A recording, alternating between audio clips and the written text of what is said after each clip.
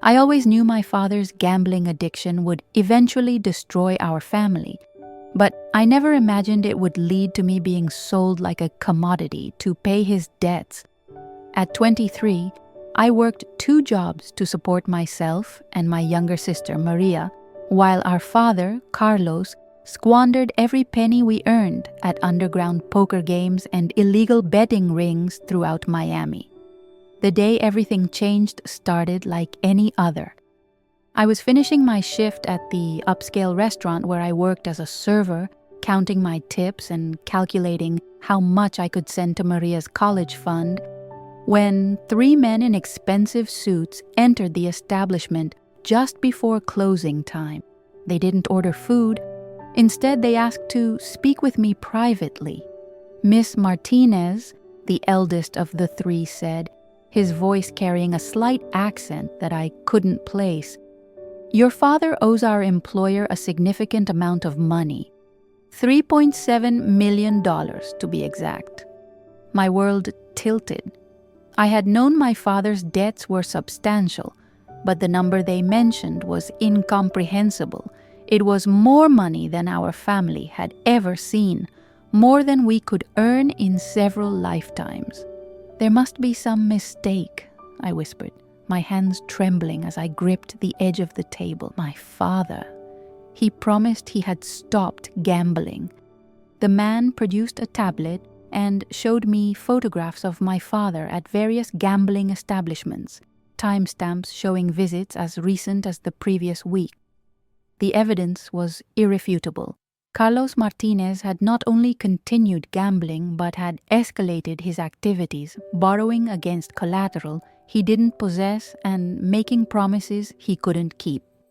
"Your father offered something as collateral for his final loan," the man continued, his expression remaining neutral despite the devastating nature of his words.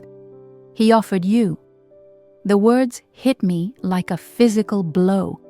My own father had used me as collateral in a gambling debt, treating me like property to be wagered and lost. The betrayal cut deeper than any physical pain I had ever experienced. Chapter 2. Meeting the devil himself. I was given 48 hours to process the information and meet with the man who now, technically, owned my debt. The meeting was arranged at the penthouse office of Blackstone Enterprises, a towering glass and steel monument to corporate power that dominated Miami's skyline.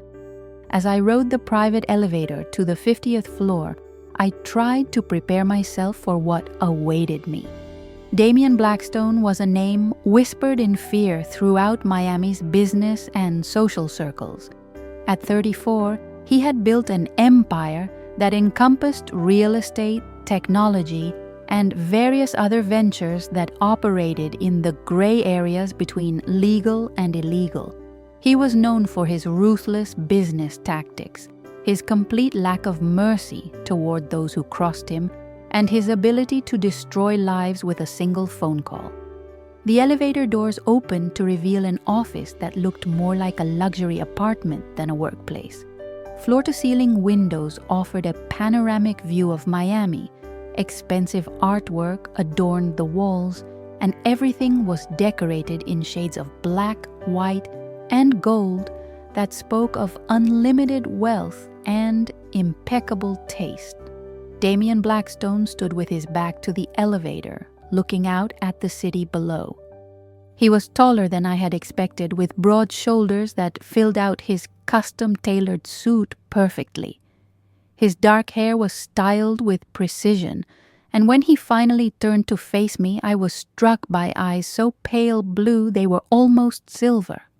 "Miss Martinez," he said, his voice deep and controlled, carrying an authority that made me instinctively want to step backward. "Please, sit down." I remained standing, drawing on every ounce of courage I possessed. "I'm here to discuss my father's debt, but I want you to know that I had no knowledge of his arrangement. I never consented to be used as collateral." A slight smile played at the corners of Damien's mouth, though it held no warmth. Your consent was not required. Your father had the legal authority to make the arrangement, and I have documentation to prove it."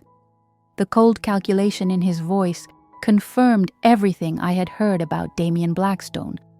This was a man who viewed people as assets and problems as opportunities for profit. Chapter 3. The Proposal. Damien moved to his desk and retrieved a leather folder, placing it on the glass coffee table between us. I could see legal documents inside, though I couldn't read the specifics from my position. "Your father's debt creates an interesting situation," Damien began, settling into the chair across from me with the fluid grace of a predator. $3.7 million is a substantial sum, but not one that would typically warrant my personal attention. However, the method of collateral makes this case unique. I forced myself to maintain eye contact, though everything about Damien's presence made me want to flee. "What exactly are you proposing?" "Marriage," he said simply, as if discussing the weather. "A legal union that will satisfy your father's debt and serve certain business purposes for me." The word hung in the air between us like a blade. I had expected demands for money, perhaps some form of indentured servitude, but marriage was beyond anything I had imagined. "You can't be serious," I whispered, though the cold certainty in his eyes told me he was completely serious. "I require a wife for specific business and social reasons," Damien explained with the same tone he might use to discuss quarterly earnings. "Certain contracts and social circles require the appearance of stability that marriage provides. You need to resolve your father's debt. This arrangement serves both purposes." My mind raced through the implications. Marriage to this man would mean binding myself legally and personally to someone who clearly viewed me as a business transaction. Yet the alternative was the destruction of my family and possibly physical harm to my father from Damien's less civilized associates. "And if I refuse?" I asked, though I suspected I already knew the answer. "Your father's debt will be collected through other means. I'm offering you the civilized option, Miss Martinez. I suggest you consider it carefully." The threat was implicit but clear. Damien Blackstone was giving me the choice between marriage and my family's destruction, which was no choice at all. Chapter 4. The contract I requested 24 hours to consider Damien's proposal, though we both knew my answer was inevitable. I spent that night walking along Miami Beach, trying to process the surreal turn my life had taken. The waves crashed against the shore in their eternal rhythm while my entire future hung in the balance. When I returned to Blackstone Enterprises the following day, I found Damien waiting with what could only be described as a marriage contract. The document was thorough to the point of being invasive, outlining every aspect of our arrangement from living conditions to public appearances to the duration of our union. 2 years, Damien explained as I read through the terms. Long enough to satisfy my business requirements and establish credibility with my associates. After that period, we'll divorce quietly and you'll be free to resume your life. The contract included provisions that shocked me with their detail. I would live in his penthouse, attend social events as his wife, and maintain the appearance of a loving marriage in public. In private, however, our relationship would remain strictly business, separate bedrooms, minimal personal interaction, and clear boundaries about physical contact. You'll receive a monthly allowance of $50,000, Damien continued, plus access to a stylist, personal trainer, and anything else necessary to maintain appearances. Upon completion of our agreement, you'll receive an additional $5 million. The financial terms were staggering. In 2 years, I would earn more money than most people saw in a lifetime. It was enough to secure my sister's education, buy our family a home, and establish the kind of security we had never known. "There's one additional clause," Damien said, his voice taking on a slightly different tone. "Complete discretion. Nothing about our arrangement or my personal life can ever be disclosed to anyone. Violation of this clause carries severe consequences." I looked up from the contract to find Damien studying me with those unsettling pale eyes. For a moment, I thought I saw something beyond cold calculation in his expression, but it was gone so quickly I might have imagined it. "I need to know," I said quietly, "what happens on our wedding night." Chapter 5. The wedding preparation. The wedding was planned with military precision and executed with the efficiency of a corporate merger. I found myself swept into a whirlwind of dress fittings, venue selections, and guest list approvals, all while maintaining my jobs and trying to explain my sudden engagement to my sister without revealing the truth. Maria Martinez was thrilled by the news, though confused by the rushed timeline. At 19, she still possessed an optimistic view of love and romance that I envied. "I can't believe you're marrying Damien Blackstone," Maria gushed during one of our phone calls. "He's like a prince from a fairy tale." If only she knew how dark this particular fairy tale was, I thought, but said nothing. The contract's discretion clause meant I couldn't confide in anyone, leaving me to navigate the emotional complexity of the situation alone. My wedding dress was a masterpiece of Italian design, selected by Damien's personal stylist without any input from the bride. When I saw myself in the mirror during the final fitting, I barely recognized the elegant woman staring back at me. The dress transformed me from a struggling server into someone who looked like she belonged in Damien's world of wealth and power. The ceremony would take place at Damien's private estate in Coral Gables, a sprawling mansion that had been in his family for 3 generations. I was given a tour of the property the week before the wedding, and I was stunned by its opulence. Every room was decorated with museum-quality art. Every surface spoke of unlimited resources and impeccable taste. "You'll have the entire East Wing for your personal use," Damien's assistant Margaret explained as we walked through corridors lined with oil paintings worth more than most people's homes. "Mr. Blackstone's quarters are in the West Wing. The main areas are shared spaces for entertaining." The physical separation was built into the very architecture of our arrangement.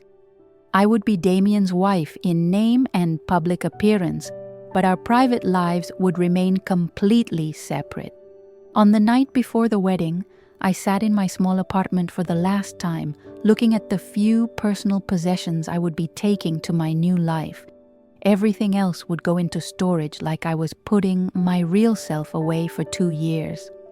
Chapter 6. The Wedding Day. The wedding day dawned with the kind of perfect weather that seemed orchestrated rather than natural.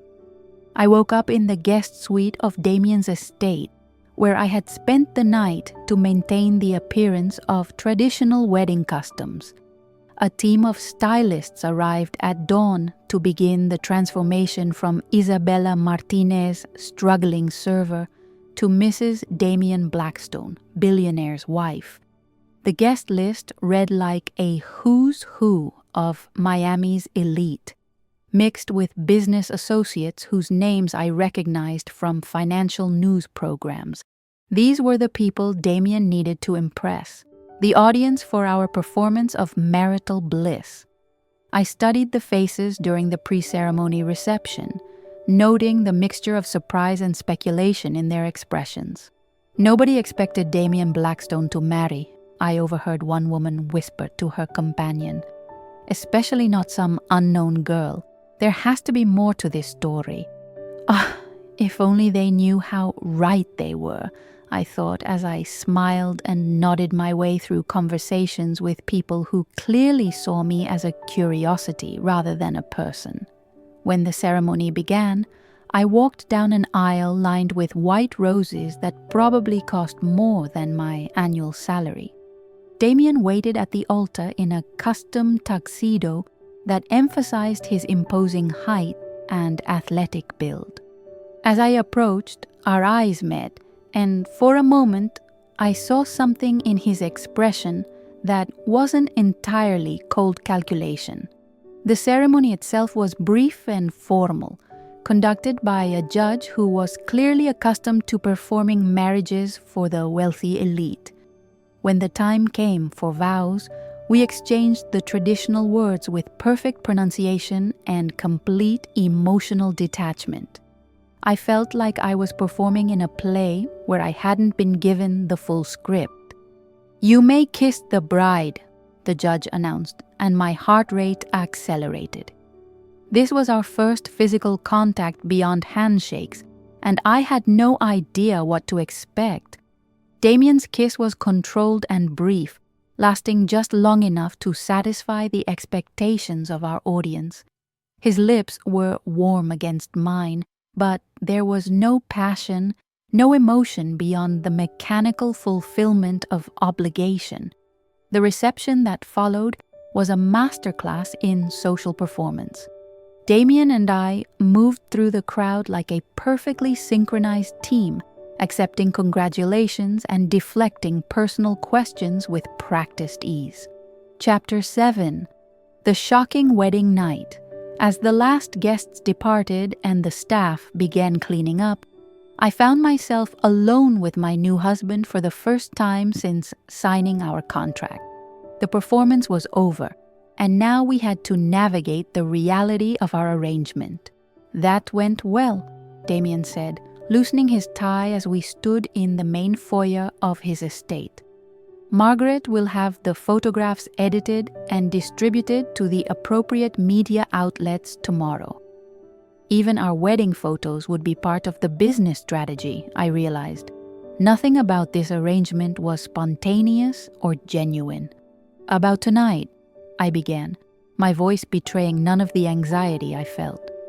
"The contract specifies separate bedrooms, but I wanted to confirm—" "There's something I need to tell you," Damien interrupted, his usual commanding tone replaced by something I had never heard before: uncertainty. Something that wasn't in the contract because it's not something I discuss with anyone. I waited, sensing that whatever Damien was about to reveal would change my understanding of our entire arrangement. "I have a condition," he continued, moving to the large windows that overlooked the estate's gardens. "Severe chronic insomnia and night terrors that have persisted since childhood. I don't sleep normally, and when I do sleep, the nightmares are significant." This revelation was so unexpected that I needed a moment to process it.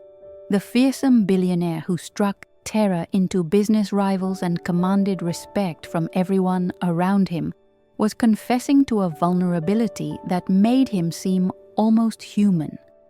"I've tried every treatment, every medication, every therapy available," Damien continued, still looking out at the darkness. "Nothing helps. Most nights I don't sleep at all. When I do, I often wake up in a state that would be alarming to anyone sharing my space." I began to understand why he had insisted on separate bedrooms and minimal personal interaction. This wasn't just about maintaining emotional distance, it was about protecting both of us from the reality of his condition. "Why are you telling me this?"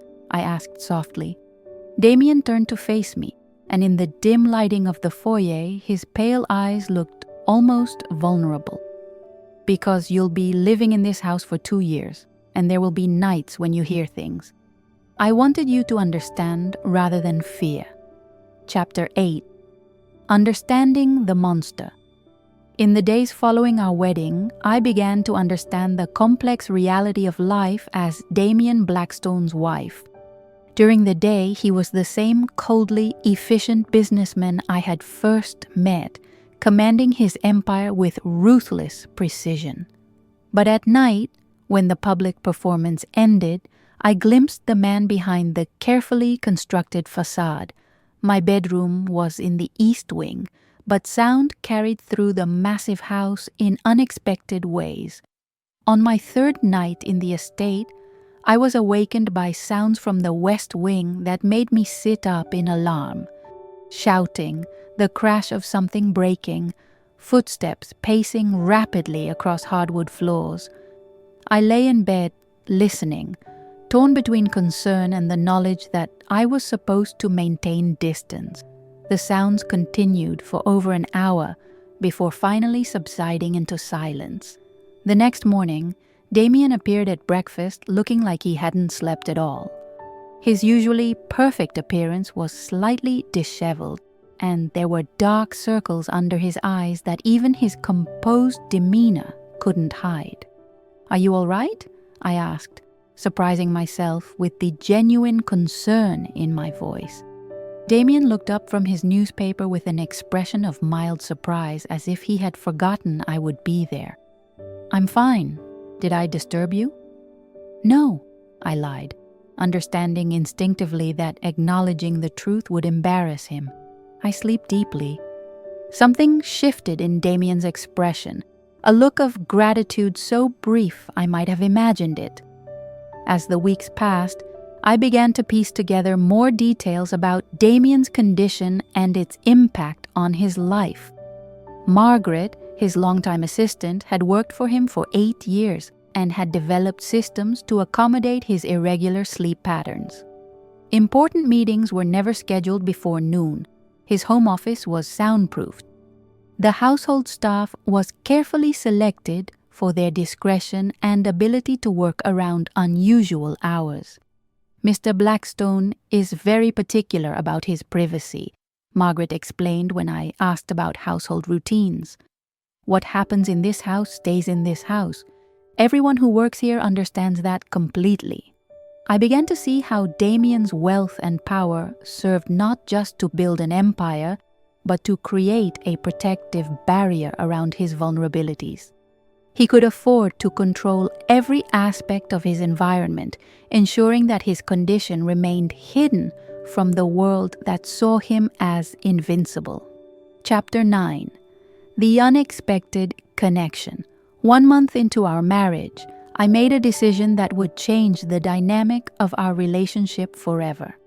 I had been lying awake listening to another episode from the West Wing when I heard something that sounded like genuine distress rather than just restless movement. Against every instinct and contractual obligation, I left my room and walked through the dark corridors toward the source of the sounds. I found Damien in his study, sitting on the floor beside his overturned desk chair, his head in his hands. "Damien," I called softly from the doorway. He looked up and I saw something in his expression that broke my heart. It was the look of someone who had been fighting a losing battle for so long that he had forgotten what victory looked like. "You shouldn't be here," he said, but his voice lacked its usual authority. "No," I agreed, stepping into the room. "I probably shouldn't, but here I am." I sat down on the floor across from him, close enough to offer comfort but far enough away to avoid crowding him. "Do you want to talk about it?" For a long moment, Damien just stared at me as if trying to figure out why his contractual wife was showing him genuine kindness. Finally, he began to speak. "The nightmares started when I was 7, he said quietly. "My parents died in a car accident and I was in the car when it happened.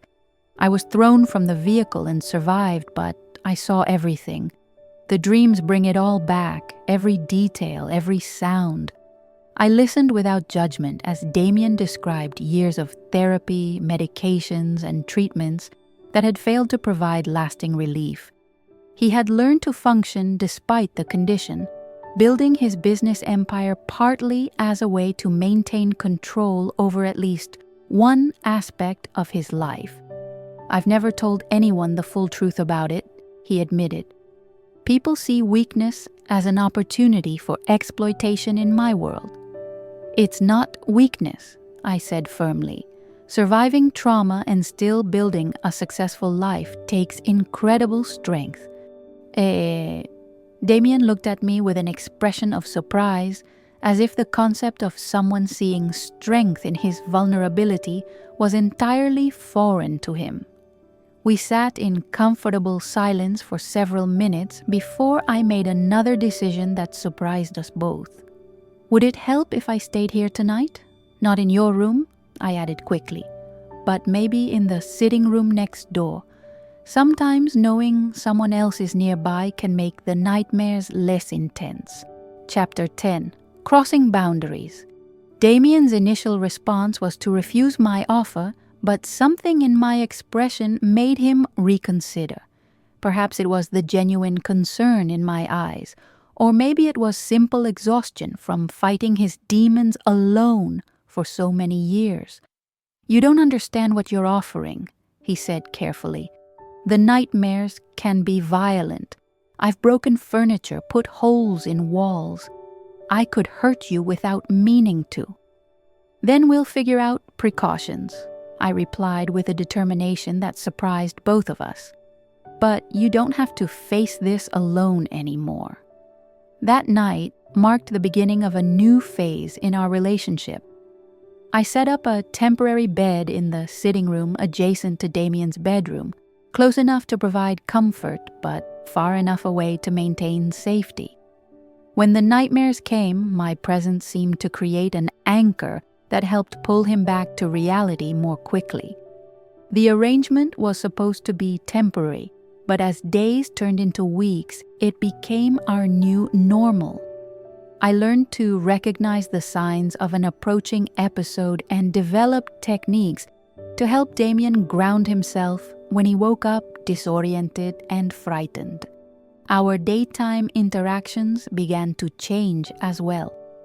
The cold formality of our business arrangement gradually gave way to something that resembled friendship. Damien started asking me about my life, my dreams, my thoughts on topics unrelated to our contractual obligations. "Why did you offer to help me?" he asked one morning over breakfast, several weeks into our new routine. I considered the question carefully. Because everyone deserves compassion, and because you're not the monster people think you are. "How can you be so sure?" Damien asked, his pale eyes studying my face intently. "Monsters don't have nightmares about the people they've hurt," I replied. "They don't build empires while carrying that kind of pain." "You're not a monster, Damien. You're just a person who learned to protect himself in a harsh world." The conversation marked a turning point in our relationship. Damien began to share more about his business philosophy, his motivations, and the loneliness that had driven many of his decisions. I found myself genuinely interested in his thoughts and opinions, seeing intelligence and even kindness beneath his carefully maintained exterior. Our public appearances became more natural as our private relationship evolved. What had started as a performance of marital affection began to feel less like acting and more like the early stages of genuine partnership. Chapter 11. The Transformation.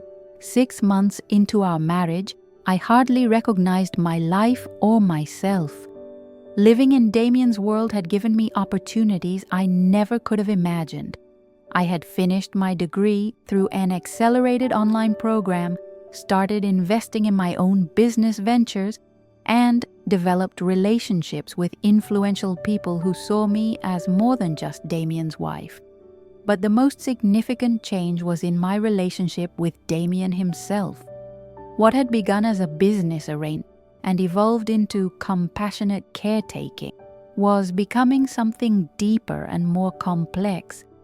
Damien's nightmares hadn't disappeared, but they had become less frequent and less severe. Having me nearby provided a sense of security he had never experienced before.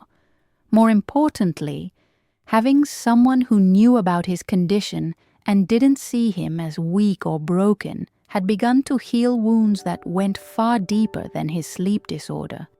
"I've been thinking about the contract," Damien said one evening as we sat in his study, me reading while he worked on business documents. I looked up from my book, my heart rate accelerating. "What about it?" "The 2-year term seems arbitrary now," he said, not looking up from his papers. "I'm wondering if we should consider alternative arrangements." The words hung in the air between us, loaded with implications that neither of us was quite ready to address directly. I set down my book and studied Damien's profile, trying to read his expression. "What kind of alternative arrangements?" I asked carefully. Damien finally looked up, and I saw vulnerability in his eyes that he was still learning to show. "I've grown accustomed to having you here. The arrangement has been beneficial for both of us." It was typical of Damien to discuss our evolving relationship in business terms, but I could hear the emotion underneath his careful words. He was trying to ask me to stay without admitting how much he needed my presence. "Are you saying you want to extend our contract?" I asked, giving him an opportunity to clarify his intentions. "I'm saying," Damien said quietly, "that what we have now feels more real than anything I've experienced before. I don't want to lose that when our original agreement expires." I felt my own feelings crystallizing as I listened to his carefully chosen words.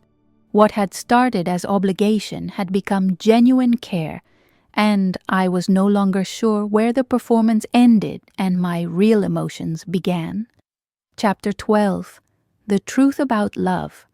The revelation came on a quiet Sunday morning, 8 months after our wedding.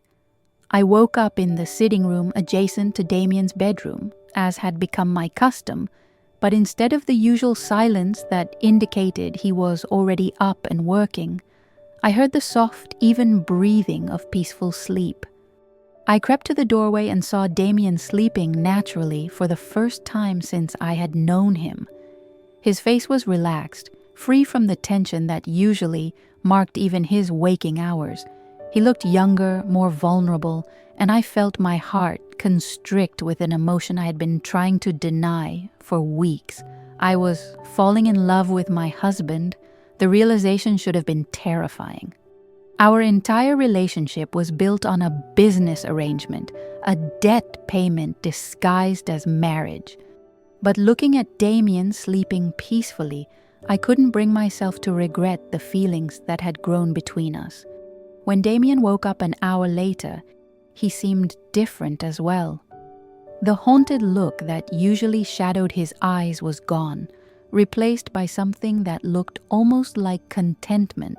"I slept through the night," he said with wonder, as if such a thing was miraculous. "I can't remember the last time that happened." I smiled, feeling a warmth spread through my chest at his obvious relief. "How do you feel?" "Like myself, but better," Damien replied, then looked at me with an intensity that made my breath catch. "Like the person I was before everything went wrong." We stared at each other across the room, and I knew that Damien was feeling the same shift in our relationship that I was experiencing. What had started as mutual benefit was becoming something neither of us had planned for. "Isabella," Damien said softly, "I need to tell you something." "What is it?" "This isn't what I intended when I proposed our arrangement," he said, moving closer to where I stood. "I thought I could maintain distance, keep this purely business, but you've changed everything." My heart was pounding as I waited for him to continue. "I'm falling in love with you," Damien said simply. "I know that wasn't part of our contract, and I know you didn't sign up for that complication, but I can't pretend otherwise anymore." The admission hung between us like a bridge waiting to be crossed. I could deny my own feelings, maintain the safety of our business arrangement, or take a leap of faith into something completely unknown. Damien, I said quietly, our contract might have started as a business arrangement, but what I feel for you now has nothing to do with debt or obligation. Chapter 13.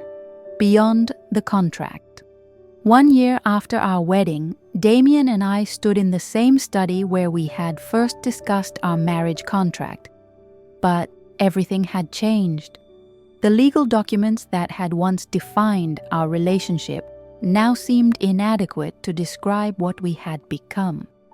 I want to tear up the original contract, Damien said, holding the folder that contained our initial agreement. What we have now deserves something real. I nodded, understanding that this moment represented more than just the destruction of legal documents. It was the end of our business arrangement and the beginning of something authentic. What do we replace it with? I asked. Nothing, Damien replied. No contracts, no terms, no expiration dates, just two people choosing to build a life together. As we watched the contract burn in the fireplace, I reflected on the journey that had brought us to this point. What had started as the worst day of my life had become the beginning of something beautiful and unexpected. Damien had changed as much as I had over the past year. The cold, calculating businessman who had first proposed our arrangement had revealed himself to be a man capable of deep love and vulnerability. His nightmares had become rare occurrences, and when they did happen, we faced them together. Do you regret anything about how this started? I asked, as we watched the flames consume the last of our contractual obligations. I regret that your father's actions put you in an impossible situation, Damien said thoughtfully. But I can't regret the outcome. You saved me, Isabella, not just from the nightmares, but from a life of isolation I didn't even realize I was living. I turned to face my husband, seeing in his eyes the love that had grown between us despite the unusual circumstances of our beginning. You saved me too. You gave me a life I never could have imagined. But more than that, you showed me what it feels like to be truly valued by someone. Our story would become legend in Miami's social circles, the mysterious marriage that had shocked everyone and somehow transformed two people who shouldn't have been compatible into a couple that represented genuine partnership and love. But for Damien and me, the opinions of others no longer mattered. We had found something real in the middle of an artificial arrangement, and we had chosen to nurture it into something that would last far beyond any contract. The billionaire who had once been feared for his ruthless business tactics was now known for his devotion to his wife and his commitment to using his wealth for charitable causes that I had introduced him to. The struggling server who had been sold to pay her father's debts had become a successful entrepreneur and philanthropist in her own right. Our wedding night had shocked everyone who knew us, not because of what happened between us physically, but because it marked the beginning of a transformation that no one had seen coming. Love had found a way to bloom in the most unlikely circumstances, proving that sometimes the most meaningful relationships are born from the most unexpected beginnings. Years later, when people asked me about my marriage to the feared billionaire Damien Blackstone, I would smile and say simply, sometimes the best things in life come disguised as the worst things. You just have to be brave enough to look beyond the surface.